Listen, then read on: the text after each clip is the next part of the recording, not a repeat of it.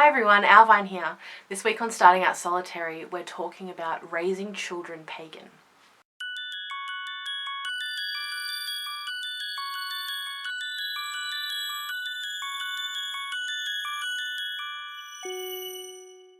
Now, I'm a pagan, and I've been a pagan now for just over 2 years, and I have a son who's 5. Now, I'm not raising him as a pagan. After my experiences, I'm kind of the mind to let him decide what it is he would like to spiritually be when he's older. What I am doing is I'm showing him paganism. So I point out things in nature to him. You know, he's very much aware of his natural world and what's going on around him. I tell him stories from mythology as well. So I've been presenting different mythologies to him too. Now, my family and my husband's family are Christian, so he's had experiences going to church, you know, and his grandparents talk to him about Jesus and God and, you know, Christianity quite frequently, so he's aware of all that as well. For myself, I don't want to be too loud in my approach of teaching him what it is that I believe, because I haven't shared that with my family yet, or with my husband's family yet. And, you know, he's in the parroting stage. He's 5.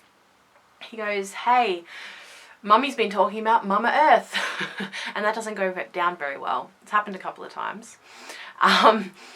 But at the same time, I'm not letting my fear hold me back. You know, I want him to be exposed to these things because for me, I find them incredibly fulfilling and incredibly magical, and they've really brought my world to life, you know, so I want him to experience that too.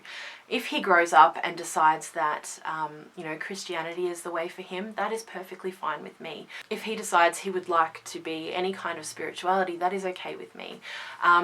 My main thing is that he is kind to people and that he is at least somewhat open-minded, you know, and he's willing to accept people for whatever beliefs they have.